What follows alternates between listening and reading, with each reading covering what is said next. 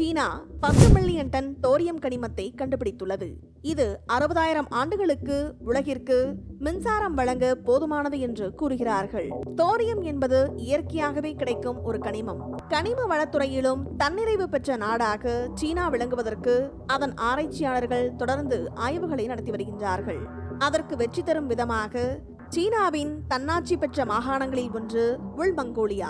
இங்குள்ள பயூன்ரோபோ பகுதியில் அரிய வகை கனிமங்கள் காணப்படுகின்றன. ஏற்கனவே அங்கு மிகப்பெரிய அளவிலான 5 சுரங்கங்கள் செயல்பட்டு வரும் நிலையில் 170க்கும் மேற்பட்ட கனிமங்கள் வெட்டி எடுக்கப்பட்டு வருகிறது. சுமார் 10 லட்சம் டன் தோரியம் இருப்பதாக கண்டறியப்பட்டுள்ளது. இதன் மூலம் அடுத்து வரும் 60,000 ஆண்டுகளுக்கு தேவையான மின்சாரத்தை உற்பத்தி செய்ய முடியும் என்று கூறுகிறார்கள். அணுமின் உற்பத்தியை பொறுத்தவரை யுரேனியம், புளுட்டோனியம் ஆகிய தாதுக்களுக்கு அடுத்தபடியாக தோரியம் முக்கிய பங்கு வகிக்கிறது. அதே நேரத்தில் அதனை பயன்படுத்தி மின்சாரம் தயாரிக்கும் போது சுற்றுச்சூழல் பாதிப்பும் குறையும்.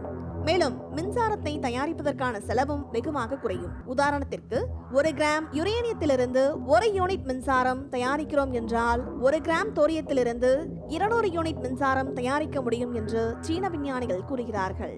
அவர்கள் தோரியம் அணு உலைகளின் சோதனை உலைகளை கட்டியுள்ளார்கள். சீனா வணிக ரீதியாக தோரியம் அணு உலைகளை பயன்படுத்த திட்டமிட்டுள்ளது. இது உலக ஆற்றல் துறையில் ஒரு பெரிய மாற்றத்தை ஏற்படுத்துமா?